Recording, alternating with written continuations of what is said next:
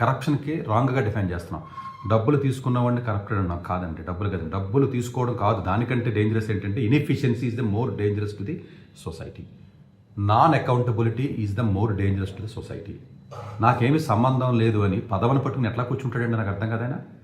ఇంతకుముందు కూడా గత 10 ఏళ్లలో కూడా తప్పులు జరిగినప్పుడు కూడా అలా జరిగినాయి.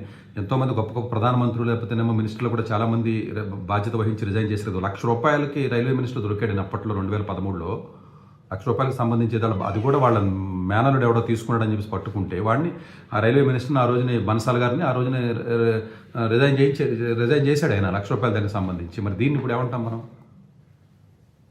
అకౌంటబిలిటీ కానీ లేకపోతే ఎలాంటి రెస్పాన్సిబిలిటీ లేదు అని చెప్పి నా ఇష్టం వచ్చినట్టు నేను చేస్తానంటే ఎట్టి పరిస్థితుల్లో చేసి తీరవలసిందే. ఇది పార్టీకి సంబంధించింది కాదండి. ఇదేదో ఒక పార్టీకి సంబంధించి బీజేపీ అనో లేదా కాంగ్రెస్ అని ఒక పార్టీకి సంబంధించి మాట్లాడుతున్నా అట్లాగా అనుకోవద్దండి.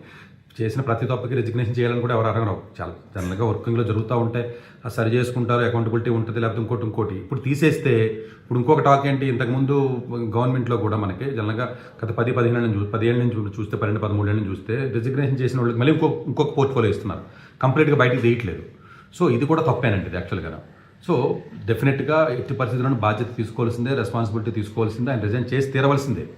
ఇక్కడ కాక్రోచ్ పార్టీకి నేనేదో పాజిటివ్గా మాట్లాడుతున్నాను, లేకపోతే బీజేపీకి నేనేదో ఎగ్నెస్ట్గా మాట్లాడుతున్నాను, లేకపోతే కాంగ్రెస్కి ఏదో ఫేవరబుల్గా ఇదంతే కాదండి. ఎడ్యుకేషను, కెరియరు, జాబ్స్ దీనికి సంబంధించిన మనిషిని. అది ఏ పార్టీలో జరిగినప్పుడు రేవంత్ రెడ్డి గారు ఫర్ ఎగ్జాంపుల్గా ఎడ్యుకేషన్ మినిస్టర్ పెట్టుకున్నాడు. ఆయన ఏం చేయగలడు ఎడ్యుకేషన్ మినిస్టర్ పెట్టుకోవడానికి? ఆయన ఎడ్యుకేషన్ గురించి, కాంపిటేటివ్ ఎగ్జామ్ గురించి, కాంపిటీషన్స్ గురించి, జాబుల గురించి, కెరియర్ గురించి ఏం అవగాహన ఉంది?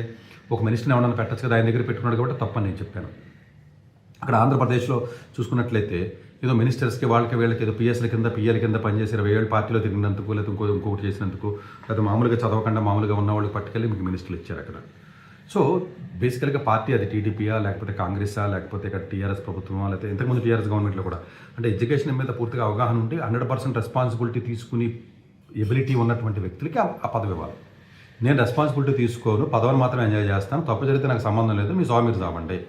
ఓకే, 15 లక్షలు కాదు 20 లక్షల మంది ఎంతమంది చచ్చిపోయినా మాత్రం నేను మాత్రం నా సీట్ని వదలను.